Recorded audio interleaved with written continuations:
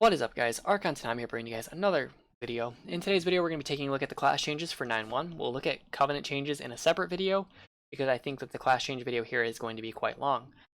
First up is Death Knight. Anti-magic zone's duration reduced to 8 seconds, was 10 seconds, and will now fade when it absorbs 150% of the caster's health. So to help us see just how big of a change this is, we have our calculator. So with the current health values from Season 1, if I were to cast AMZ, on a 20-man raid, I would only mitigate 3.4k before the shield just disappears. If I were in a 5-man party and I tried dumping it, I would only mitigate 14k before the shield disappears if everybody's in it. If I were playing a Blood Death Knight, I would mitigate 30k in a 5-man party, and if I were in a 20-man raid, I would only mitigate 7.5 if everybody was in it. So what I think you're going to see in raids is you're going to see classes that struggle with surviving be grouped together, especially if they're ranged. I doubt you'll see it on the melee side of things unless the raid allows it. But you're going to see these people grouped together, and then Death Knight will dump AMZ on those people to help them better survive what's going out.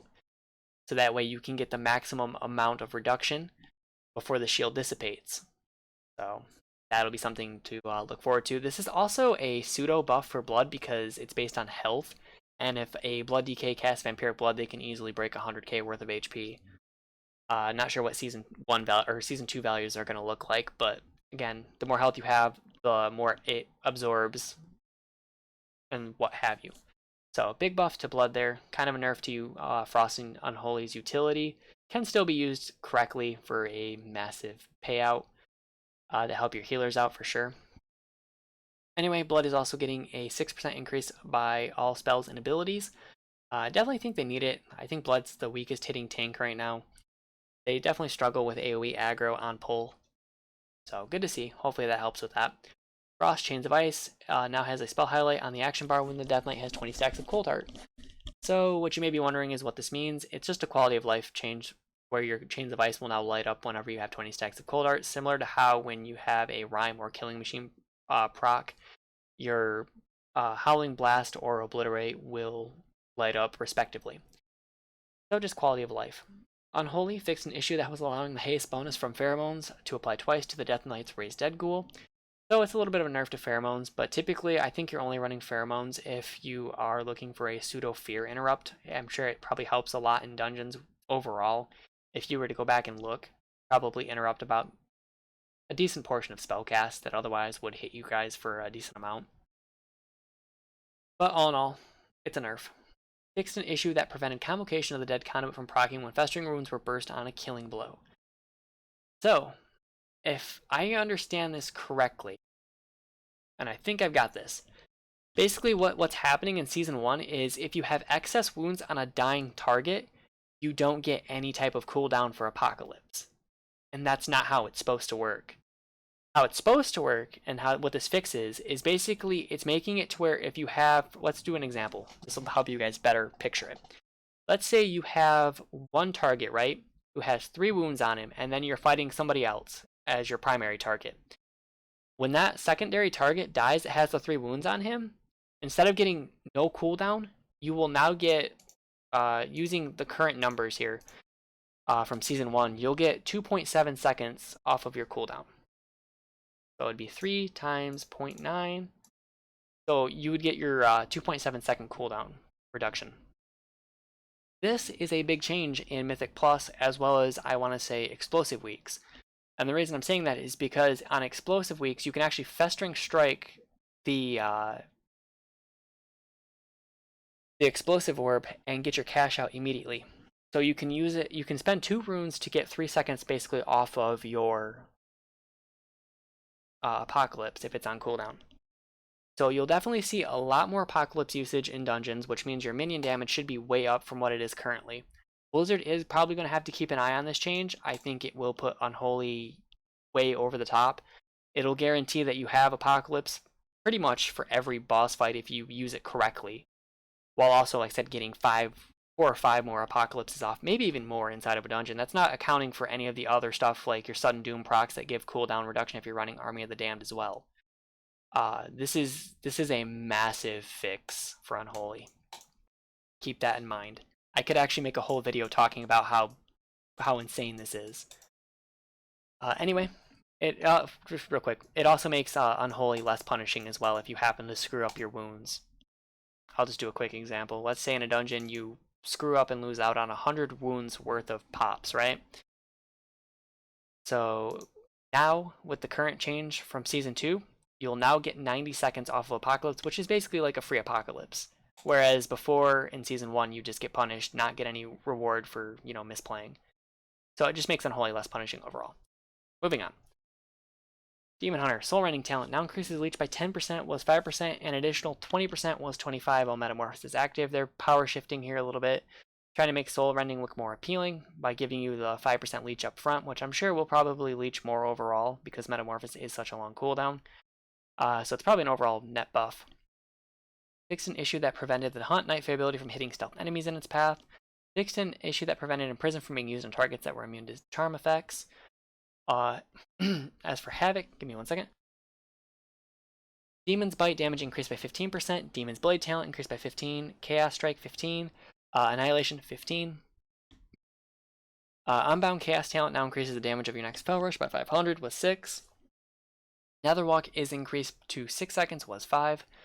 Desperate Instincts talent now triggers Blur at 50% reduced duration, but also reduces the cooldown by 50% as well when you fall below 50 or 35%. Unnatural Malice Conduit now increases the Hunt's Night Fae damage over time effect, was the initial damage. Fixed an issue that prevented Relentless Onslaught's Conduit Second Strike from triggering Cycle of Hatred's talent, and its Fury Refund. So, all in all, it's mostly single target buffs for Demon Hunter with a slight nerf to their AoE to compensate.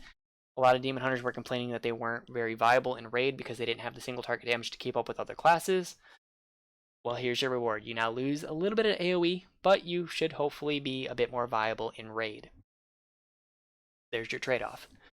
Druids, Well-Honed Instincts Conduit cooldown increased by 50% at all ranks. Fixed an issue that prevented Adaptive Swarm's Necrolord ability from spreading if the Druid dies while the ability is active. Fixed an issue that allowed Adaptive Swarm to incorrectly affect regrowth in initial heal. Fixed an issue that allowed Starfall and Convoke the Spirits Night Fae ability to target creatures under the turn evil crowd control effect. So it's just helping prevent Druids from breaking CC. Nothing, I wouldn't say there's anything too major. I don't know how well-honed or honed instincts works because I don't play bear tank. I'm sure it's definitely going to be noticeable. New talent for balance. New talent or new moon talent now has 20-second recharge, was 25. New moon and half moon damage increased by 33%. Solstice talent now causes shooting stars to fall 250% more, was 300. So they're really trying to push New Moon, I think, over the Solstice Stellar Drift build. Stellar Drift talent has been redesigned. Starfall damage increased by 50% and allows you to cast while moving while Starfall is active, but has a 12-second cooldown. I don't know if... I think the talent itself has a 12-second, not Starfall. That would be really, really weird if Starfall had a 12-second cooldown. Typically, you could just spam cast Starfall if you want. On live, currently, you can spam cast it if you have the power to cast it, thus allowing you to keep moving while casting, and I think that's what they want to hit is the Druid's ability. It basically makes Druid a ranged melee class, essentially, because they're constantly able to cast, they're constantly able to do damage. The free Starfall from Honest Clear Vision Rune Carving Power ignores the Stellar Drift Starfall cooldown, so if you get a free cast from this legendary, you can cast Starfall even if it's during the 12-second cooldown, and you can move while casting. I'm wondering if this one won't actually end up being the best one for Druids, not only because it's giving you the ability to move and cast back or whatever, it also gives you a 40% chance, a 20% chance to make a free Starfall. I guess it also has a 40% chance to give you a free Star Surge, but it's also because it's crafted on the back, and I think the tier pieces don't get crafted on back or rings. So I think this one might actually be really good for Balanced Druid if I'm remembering correctly. Balance of all things, Rune Carving Power now grants 24% instead of 40% crit strike chance, and decreases by 3 instead of 8. So it's a nerf to Balance of all things, almost a half nerf to Balance of all things. They pretty much just, I think, killed this legendary. Entering Eclipse increases your crit. Yeah, it sounds like they may have just kind of killed the legendary.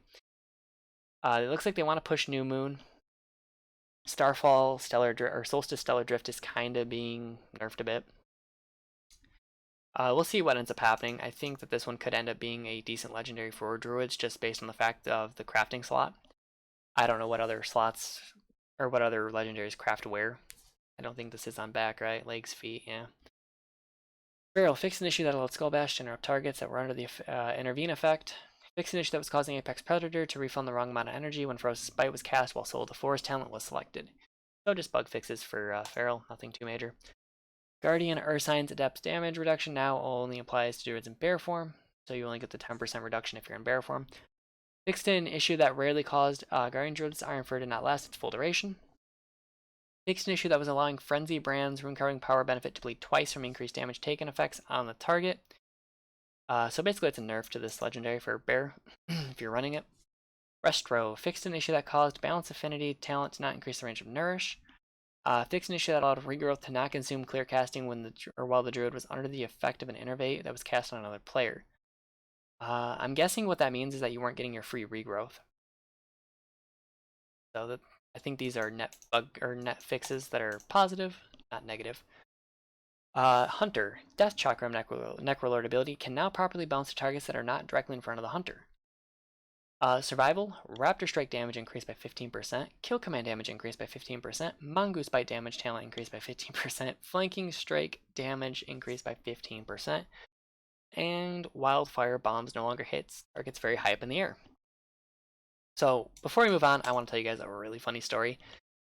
We were trying to do a 15 Miss of Tyrannicide, I think it was. We were trying to get our 15s done for the season, right? And we do play with a Survival Hunter. She used her Wildfire Bombs on one of the packs right before the final boss there, on one of the worm packs, because we went the right side or whatever, and we were coming up right before the final worm pack, right? And there's a path that comes around the flying wasps. They fly way up in the air. Typically, you don't notice them if you don't pan your camera up to even see them. And somehow, when we were fighting, we ended up getting the wasps down, and I was very confused. I'm like, where did these wasps come from? And I see the other wasp, it's like bugging out trying to path to us, right? Because for some reason it doesn't have a direct path. And I can see that it's on fire, and I'm like, wait a minute, we don't have a fire mage. Because we typically run with Warlock, Paladin, Blood DK, I'm Unholy, and then we had her as Survival.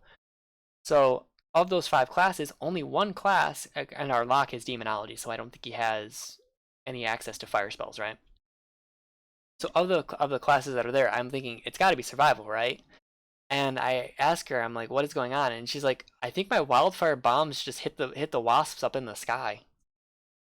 It was insane. Like, it almost led to a wipe, but it ended up not, and we ended up getting the 15 done and whatnot. Actually, it may have been like a 10 or a 12. We were working on getting it to a 15. But either way, the key doesn't matter. It's just funny to think that they're actually addressing the issue. It was a pretty funny moment for us. It was tense at first, but it became pretty funny. Anyway, my thoughts on survival. Story time's over. I think there's not enough survival hunters out there to really gauge where survival's at, and personally, our survival hunter keeps up with me in AoE damage as an Unholy Death Knight. Obviously, if we don't pull big, I don't do as much. Like, if we pull, like, trying to think, in Sanguine Depths right before the first boss, we pulled that pack, and I pop everything. I obviously do more damage because there's more things there, but on, like, 5 or less mobs, she keeps up with me pretty well. Single target, I do think that they were kind of weak, but I don't know if it warrants 15 across the board for everything. This is going to be an interesting change for sure. Pets, Trample isn't a channel anymore, it's just an instacast. It probably lasts 6 seconds now instead of a 6-second channel, so your pet does more damage. And the bird family now gives you the ability to slow fall, instead of having to use your disengage at the right time to not kill yourself on a long drop. Mage is up next. Fixed an issue that prevented shifting Power Knight Fae ability from reducing the cooldown of Alter Time and Spell Steal while Kleptomania, so it's a PvP fix. Fire is getting the Nerf Bat with a spike in it. Flame Strike damage reduced by 10%, Flame Patch talent reduced by 10%, Kindling talent is now been reduced to 1 second instead of 1.5. And Infernal Cascade fire damage bonus reduced by 20%, so it's initially 9%, I think, but it's going to be 20% of 9. So probably 7.5 instead of 9 if you have like the 145 version. Fixed an issue that prevented Phoenix Flames from dealing damage if the spell hit while the mage was not in line of sight of the target. Fixed an issue that caused Triune Ward rune carving power to reduce the effectiveness of Blazing Barrier when it was applied by Blazing Soul. Fixed an issue that allowed Ignite to spread to targets that could not be hit by spells such as rogues under the effect of Cloak of Shadows. So basically just nerfs across the board for Fire Mage. I don't think you'll see as many Fire Mages as you were before. To compensate though, at least your Blazing Barrier is applied at normal value now.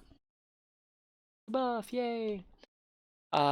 Fixed an issue that prevented Triune Ward rune carving power from applying to all, or from applying all 3 barriers after using Cold Snap to reset Ice Barrier's cooldown. As for Mage here, I think that Fire, like I said, is going to be going back in the closet for a while. I thought initially the 1.5 combustion was going to be insane. I mentioned that back when I did my Shadowlands patch notes for 9.0 when it first came out, or the pre-patch rather. I said that there's no way this is going to be balanced. Combustion is going to be up almost 100%. Like it's you can have combustion up quite frequently if you have enough crit. Monk Fallen Order vent their ability. Cooldown now resets when an encounter ends. Fortifying Brew cooldown now resets when an encounter ends for Mistwalker and Mistweaver monks. Fix an issue that prevented the damage and healing of Bone Dust Brew from critically striking. Fix an issue that sometimes prevented shamans from being in the monk category on Wowhead occasionally. No, just kidding. But it fixed an issue for shamans. This is for shamans, so obviously.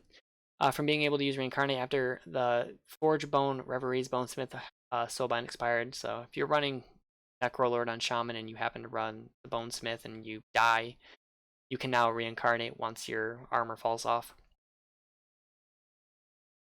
But anyway, Brewmaster fixed an issue that prevented Weapons of Order carrying ability from stacking with multiple Brewmaster monks present. Now on to the big changes for Monk. Mistweaver is a big winner here. Their Tiger Palm damage is going up by 10%, their Blackout Kick damage is going up by 10%, their Rising Sun Kick damage is going up by 10%. So major buffs to Fist Weaving here. And they're even buffing the normal Mistweaver, for those who don't want to Fist Weave, by increasing Spinning Crane Kicks damage by 20% for AoE. Enveloping Mist mana cost reduced to 5.6 base mana was 6%. So again, another buff more so to Mistweaving than I would say Fist Weaving, because Fist Weaving, you typically keep your Enveloping Mist up quite often, because you use your Rising Sun Kick to keep it up. So I don't think you use as much mana on it. Revival, rank 2, now learned at 56, now procs Gust of Mist for each target healed. This is a head scratcher for me, I don't understand this. Revival healing reduced by 10%. So the reason why I say this is a head scratcher is because typically monks don't use Revival for its healing. What they use it for is they use it for a mass dispel, essentially. So let's say you're in raid and your entire raid gets hit with a debuff, right? And you can dispel it and it helps your raid out immensely.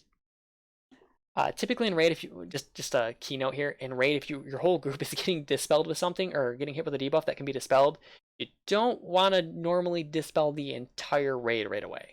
Just a heads up, but if in the case you do, that's typically what you use Revival for.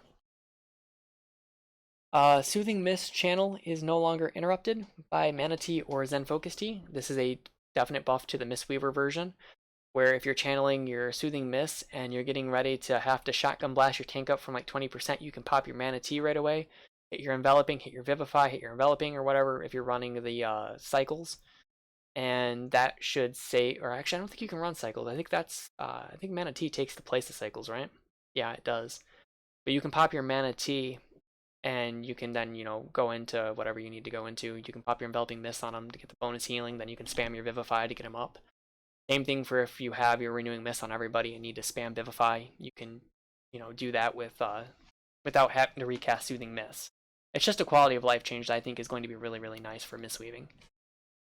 The Resplending Mist Conduit now correctly affects Chi-Ji, the Red Rain's Gusts of Mist. Gusts of Mist has a 30% chance to do 50% more healing, so that's your mastery. That's a big buff to Chi-Ji. By the way, Chi-Ji is what you want to use in a raid setting for massive AoE healing. Or at least you did back in BFA. Don't know if they've changed it that much. Fixed an issue that caused Enveloping Breath to double dip from Enveloping Mist healing bonus. Not sure what Enveloping Breath is. I think that's probably a conduit or something. Fix an issue that actually it might actually be a covenant ability. Fix an issue that caused Tear of Mourning, Rune Carving Healing to not benefit from Miswrap. So that's actually a pretty big buff, honestly. Casting Vivify or Enveloping Mist on a target with Renewing Mist has a 10% chance to spread the Renewing Mist to another target. Your Vivify healing through Renewing Mist is increased by 20%, and your Enveloping Mist also heals allies with Renewing Mist for 20% of its healing. That seems pretty good for a legendary, honestly. And now it's also going to benefit from the Miswrap talent, where it'll get an extra second and its healing bonus increased by 10%.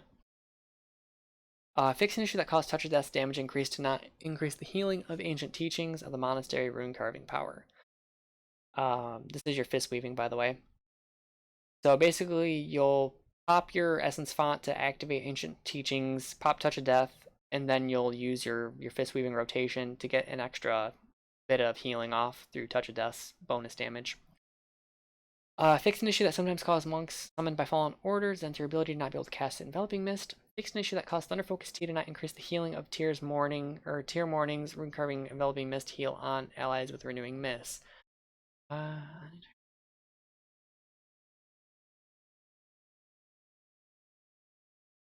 Yeah, okay. 20% of its healing.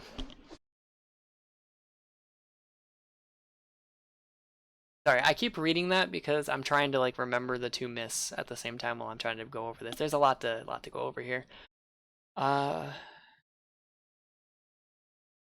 So if you were to use this, okay, so if you were to use your Enveloping Mist on a target with Renewing Mist, it heals for 20%, but with the Thunder Focus Tea, I believe you get a flat heal instead of a heal over time effect. You still get the effect of the 30%, so you still get the hop. But instead of healing, I think you just get the flat heal. So anyway, this gets increased by 20% now as well when you use the Thunder Tea on it. Anyway, Windwalker, fix an issue that prevented Bone Marrow Hops Conduit from increasing Bone Dust Bruise Necrolord damage from Storm Wind Fire, and Zwin the White Tiger. Fixed an issue that caused a queued Expel Harm to cancel Spinning Crane Kick. Fixed an issue that prevented Kiefer's Sky Reach Rune Carver power from increasing the critical strike chance of Storm, Earth, and Fire. Big bug, or I'm sure these are big bug fixes for Windwalker because they all relate to their big cooldown. As for Monk, I think the giant winner here is definitely going to be Mistweaver. Fist Weaving is getting buffed, normal Mistweaving is getting buffed. I like to see both of them get buffed. Personally, I prefer Mistweaving than I do Fist Weaving. That's just me personally, I don't know. I don't mind, Fist Weaving. I wanted to do it in BFA, but they nerfed it once it was really viable to where you could infinitely keep all of your hots on people. So it became a little less appealing to me once that was gone. Anyway, Paladin is up next. Blessing of Winter from Blessing of Seasons Nightfall ability can now be applied to multiple targets simultaneously. Fixed an issue that caused Paladin auras to be removed when the Paladin swapped specs. Fixed an issue that was preventing Retribution Aura from activating when a Holy Priest Spirit of Redemption occurred. Retribution Aura will correctly activate when a Holy Priest enters Spirit of Redemption if the priest is not wearing Zanish, Return of Archbishop Benedictus. So that's a buff to Ret Paladin. You never want to see your healer die, obviously, but it does give you more damage, so. Flash of Light healing increased by 20%. Infusion of Light consumed by Holy Light now causes Holy Light to generate 1 power. It used to be would increase by 30% additional healing. Damage of all abilities reduced by 8%. Ashen Hollow's Venthyr ability has been reduced by an additional 10%. Hammer of Wrath damage has been reduced by an additional 10%. Judgment, 10% reduction. Crusader Strike's mana cost to 11 was 9, so it's an increase in mana cost. Crusader Might talent reduces the cooldown of Holy Shock by 1, was 1.5. Inflorescence of the Sunwell, Rune Carving Power now gives Holy Light a 30% chance to generate 2 Holy Power when it consumes Infusion of Light instead of what it was before with the healing. Fix an issue that increased the damage of Hollow Discernment for Holy Paladins. Yeah, so Holy is getting brought down to Earth a little bit. In Season 1, Holy Paladin could be used to not only shotgun heal people back up to full, they could also be used to deal a metric crap ton of damage if they had wings up. So it was really on the Paladin to choose when to use wings, if he wanted to use it defensively or offensively. I would say a Paladin that knew how to use it offensively would be better than one that knew how to use it defensively, of course. because it just, if the enemy has no HP, then no damage is going out, and you just don't have to heal as much. But either way, Paladin brought down to earth a bit. Protection. Fix an issue that was preventing Righteous Protector's talent cooldown from working with Divine Purpose talent and Shining Light when the Paladin was using Glyph of the Queen. Fix an issue that was causing Word of Glory from Royal Decrease Conduit to consume Shining Light and Divine Purpose talent. Always good to see bug fixes. Priest, Clear Mind Conduit effectiveness reduced by 25%. Discipline, Spirit Shell talent increased to 90, was 60. People were using Spirit Shell to get through Phase 1 of Denathrius. They were using it as a giant raid-wide cooldown to take more stacks. So, not surprising to see that get nerfed. Fixed an issue that prevented Hold Your Ground General Draven's Soulbind from increasing Spirit Shell's absorb.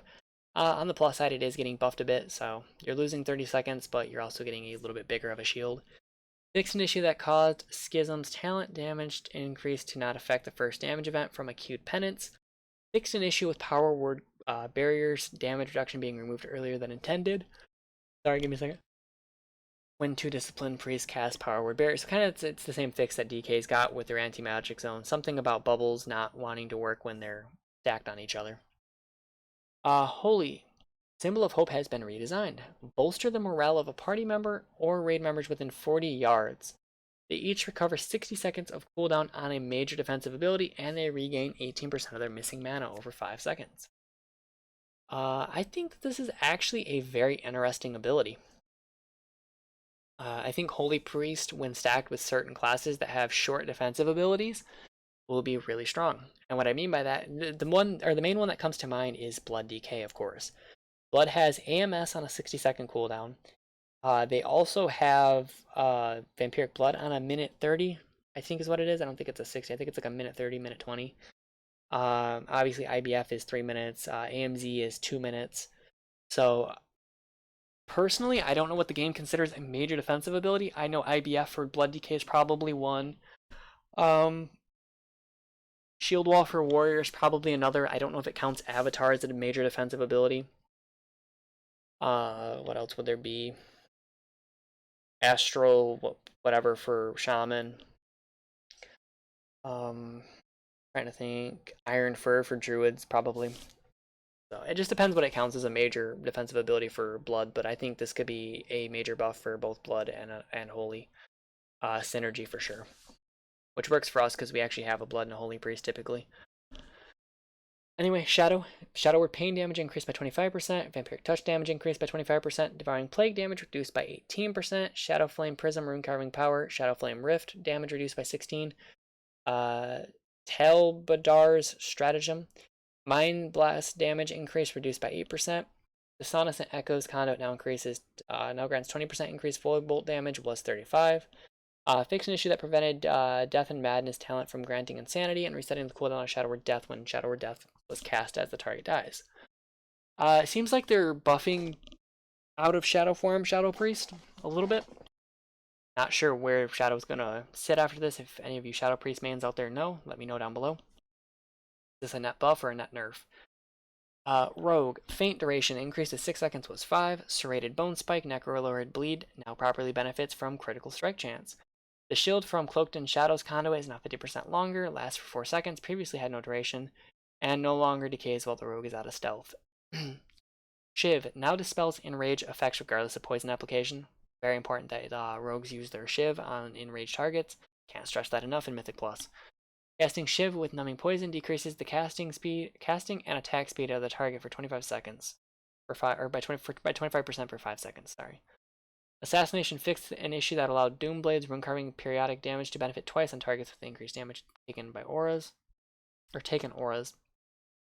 Outlaw fixed an issue that allowed outlaw rogues to benefit from deep insight, guile, charm, rune carving power after it has been removed from the rogue. Fixed an issue that prevented Shift from benefiting from combat, potency, and broadside. Sub-rogue, Shuriken Storm rank 2 now also increases Shuriken Storm chance to critically strike by 15%. Black Powder's damage per combo point increased by 33%. I don't know what the base damage is. 6% of attack power. I don't know what the attack power would be on a rogue offhand. But let's just do quick math because it's fun. I want to get some use out of the calculator here. So if you have stratagems, deeper stratagem, you're going to be doing 198% bonus damage per combo point. Without it, you're looking at what? Okay, I did 5 times 5 times 33. It's like 155, 165, yeah. So it's a buff to black powder for sure. Black powder rank 2 now causes targets with fine weakness to suffer an additional 40% damage as shadow. Was 50%, so it's a little bit of a nerf here. You're losing 10% on the shadow damage if you use it with fine weakness, but you're getting an overall massive buff to its base damage. Shadow techniques now triggers more frequently. Backstab increased by 20%. Bloom Blade talent damage increased by 20%. Fixed an issue that prevented serrated bone spike from benefiting from shadow blades. Shaman's up next. The global cooldown of Vesper Totem Kyrian ability is now 1 second, was 1.5, and is now consistent with the global cooldown of all other totems, so it's a 0.5 second save. A little bit of a buff. Kyrian, the totem now inherits 10% of the caster's maximum HP for its health pool. I don't even know what it does. Cause the totem to radiate. Arcane. Oh, okay. It's a damage totem. Fixed an issue that prevented Dwarf Shadow's Vent ability from being castable while moving under the effects of Spirit Walker's Grace. I can imagine that the game probably didn't like being able to do that, but now you can. So if you need to like run away from an effect and then get to the other side of a room, you can now do that. Enhancement Flaying Tongue Weapon can now trigger from all damage, was all offhand attacks only. Fix an issue that prevented Wind Fury Totem from applying to party members. That's actually probably a big buff for enhancement now. It's also a big buff for everybody who runs with enhancement now that has on hit effects. Restoration, fixed an issue where Mana Tide could be cast while silenced. Warlock, Shadow Bolt mana cost reduced to 1.5%, of base mana was 2. Dark Pack's talent is basically being increased by like 70%, so you get a bigger shield. Affliction, Agony damage increased by 20%, Corruption damage increased by 15%. Seed of Corruption damage increased by 25%. Malefic Rupture is down by 18%. So before we go any further, I think they're nerfing the AoE on Malefic Rupture and trying to put it into Seed of Corruption and Corruption's damage. Not sure why, but that's what they're doing. As for Agony's increased damage, I think that's good for single target. Dark Caller is no longer a talent and is now learned baseline at level 58. Is reduces Summon Glare, Dark Glare's cooldown by 60 seconds. To replace it, Shadow Embrace is no longer learned at 58 and instead is now the option at 45. And Shadow Embrace now lasts 16 seconds, was 12. So Shadow Bolt and Haunt apply Shadow Embrace, increasing your damage dealt to the target by 3% for 12 seconds. Stacks up to 3 times. Anyway, Haunt talent and Shadow Embrace talent now also increase the damage of pets and guardians, so it's just all around just a major buff for single target and damage in general for Affliction. Sacral Lash Dark Strike rune carving power has been redesigned. Corruption damage is increased by 25%, was 15, and each time corruption deals damage, it extends the duration of all your curses active on the target by 2 seconds. Was corrupted targets move 50% slower, so this is a big change for Affliction Lock. I kind of wonder if this is going to be their new best in slot with the changes to Corruption's base damage, as well as Seed of Corruption going up, obviously, but that's just spreading your Corruption in an AoE format. I also wonder if this is going to make the, I'm not sure like what the best talents are. I know there's a talent that makes Corruption last permanently. So I'm sure that'll also become really, really good if it's not already being used as the top talent. As for your curses, I wonder if it's referring to Curse of Tongue, maybe? Or, I know Agony's... Is Agony not considered a curse? I remember it used to be Curse of Agony. Huh. No idea. I think this is a big change for Affliction Lock, though. I'll have to see. Well, I'll have to play around with that on live. I do have a Warlock that's level 60 and has his conduit powers ready. Anyway, new conduit, Withering Bolt. Shadow Bolt deals 10%, or Drain Soul deals 5% more damage per time. Effect active on your target. Focus Malignancy Conduit, effectiveness reduced by 53%. Wow, they're really gutting your AoE on Malefic Rupture and just the damage in general. So I guess they don't want you to do a giant cash out. Instead, what they want is just more consistent damage overall. I guess it makes the spec less punishing then, right? Because as long as you're keeping Agony and Corruption up and using Seed to spread your Corruption on AoE targets, then your damage should be up a bit. It probably won't match what Malefic Rupture was doing when maxed, but it's probably going to be a bit more balanced.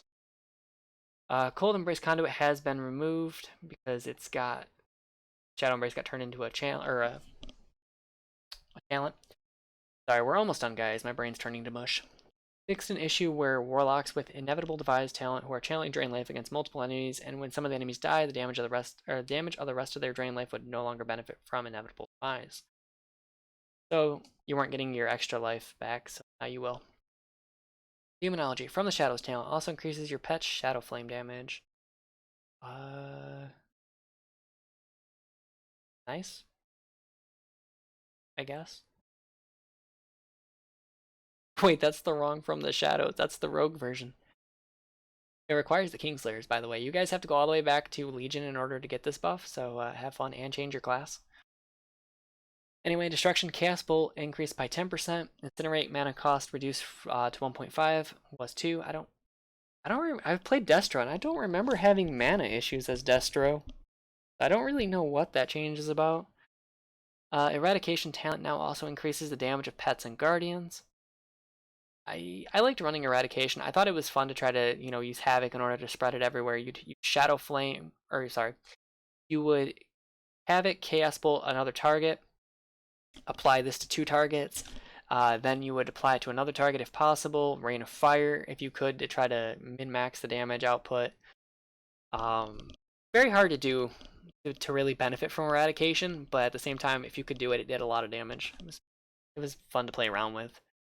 I don't think Eradication was the top talent. I don't know if it'll become the top talent now because of the increase for pets and guardians, but maybe.